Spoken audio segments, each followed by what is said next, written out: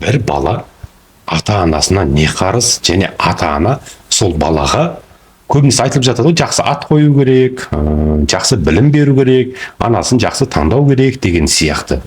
Ең бірінші білімнен бұрын тәрбие беру керек деген осы маңызды ма? Albatta birinchi o'rinda hamma narsadan ham oliy turadigan narsa bu tarbiya.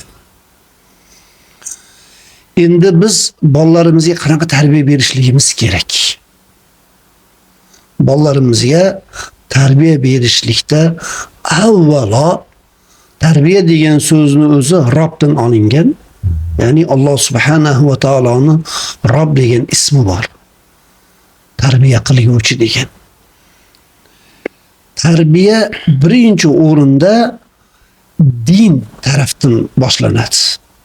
Nima uchun? Chunki dinimiz Islom. Islomda farzandni ota-onaga muhabbatini Qur'oni Karimda Alloh taolo bayon qiladi. Anushkurli val validayya va ilaykal masir. Menga shukr qilinglar, ota-onalarga shukr qilinglar va qaytguvchi mengadir deydi Alloh taolo. Allohga shukr qilishlikni hammamiz yaxshi bilamiz. Ota-onaga shukr qilishlik nima desa, ota-onani so'ziga itoatda bo'lishligi.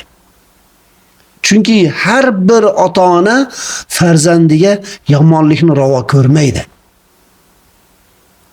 Shunday ekan, farzand ham ota-onani so'ziga itoatda bo'ladigan bo'lsa, ota-onaning so'zini qabul qiladigan bo'lsa, inshaalloh bunday farzand yaxshi tarbiya ko'radi. Endi hozirgi kunda achchiq bo'lsa haqiqat ko'p farzandlar ota-onasini tinglamay qo'ydi. Sababi nima? Sababi o'sha oilada ota-onani shu farzandni oldida hurmat yo'q. Hurmat yo'q. Nega? O'zi aytgan so'zga o'zlari amal qilmaydi. Yosh bolalar aytadi. Dada, kecha siz bizga so'z bergan edingiz, bir joyga olib boraman deb. Nega olib bormayapsiz? Degan so'zni yosh bolani o'zi ota-onasiga aytib qo'yapti. Shuning uchun har bir ota-ona farzandiga va'da berdimi, va'dasini ustidan chiqadigan bo'lsa, inshaalloh o'sha farzand haligi maqol boru, qush uyasida ko'rganini qiladi deydi. Uyingizda qanaqa gap bo'ladigan bo'lsa, shu bolani ham og'zidan shu kalima chiqadi. Masalan, hajga olib boradigan odamlarning uyida, umraga olib boradigan odamlarning uyida qaysi so'z ko'proq chiqadi? Makka degan ko'proq so'z chiqadi, ha? Makkaga borish, Ka'batulloh degan so'z chiqadi. Madina, Payg'ambar alayhisolatu vasallam qabri. Nega? Doimiy aytiladigan so'zda bu. Hali keyin bola nima deydi? Biz ham qachon Makkaga boramiz deydi. Qarang. Biz ham qachon Ka'batullohni ko'ramiz deydi. Ko'rdingizmi? Qush uyasida ko'rganini qiladi deb shuni aytadi.